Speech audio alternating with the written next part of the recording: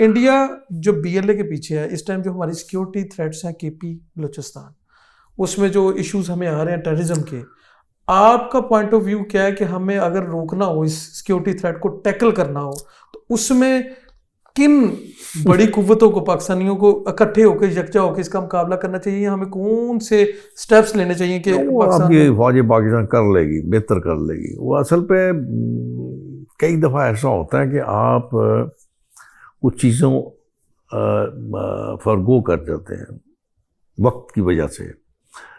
لیکن میرا خیال ہے کہ اس دفعہ، میرا اپنا خیال ہے کہ اس دفعہ یہ منطقی انجام کو پہنچ جائے گا، کیونکہ جو لوگ یہ کام کر رہے ہیں وہ پاکستان کے کسی طور بھی ہمدرد نہیں ہے.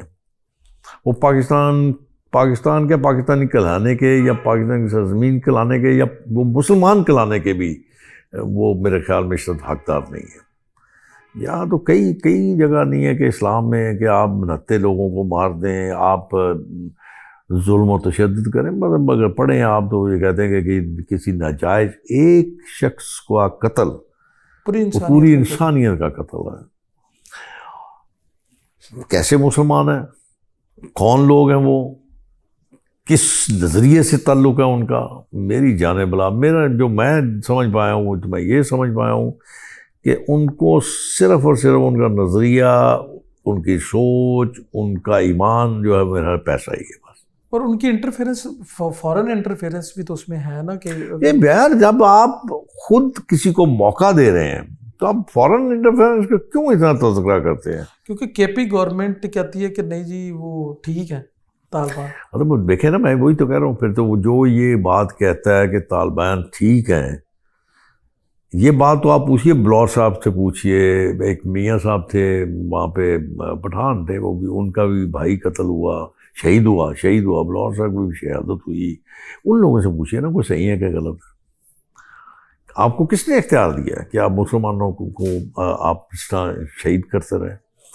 ان بچوں کے والدین سے پوچھئے نا، جو بچے شہید ہوئے تھے اس انسٹیٹیوشن، ان سے پوچھئے. مساجد میں جو شہید ہوئے ان سے پوچھئے. چلیے میں مان لیتا ہوں آپ کے کسی کے ساتھ اختلاف ہو سکتا ہے، ایک معصوم بچے کے ساتھ آپ کا کیا اختلاف؟ تو اس کا مطلب ہے جو ان لوگوں کو درست کہتے ہیں ان سے بڑا ظالم کوئی نہیں. اصل وہ بھی قاتل ہی ہیں. اب آپ میری یہ باتیں جو نا ان کو بڑی تکلیف دیں گی. میری سوچ کسی پرسنل سوچ کے میں یہ کہتا ہوں کہ جو یہ کہتا ہے اللہ نہ کرے، میں کسی کا دشمن نہیں ہوں، نہ میں کسی کو بد دعا دیتا ہوں، لیکن اگر ان کو یہ اس سارے پروسیس سے گزرنا پڑے، ان کو اپنے عزیزوں کے جنازے اپنے کندھوں پہ اٹھانے پڑیں، پھر میں ان سے پوچھوں گا کہ اب بتائیں، اب آپ کا کیا خیال ہے؟ پھر چیخیں گے، روئیں گے، دہائیاں دیں گے.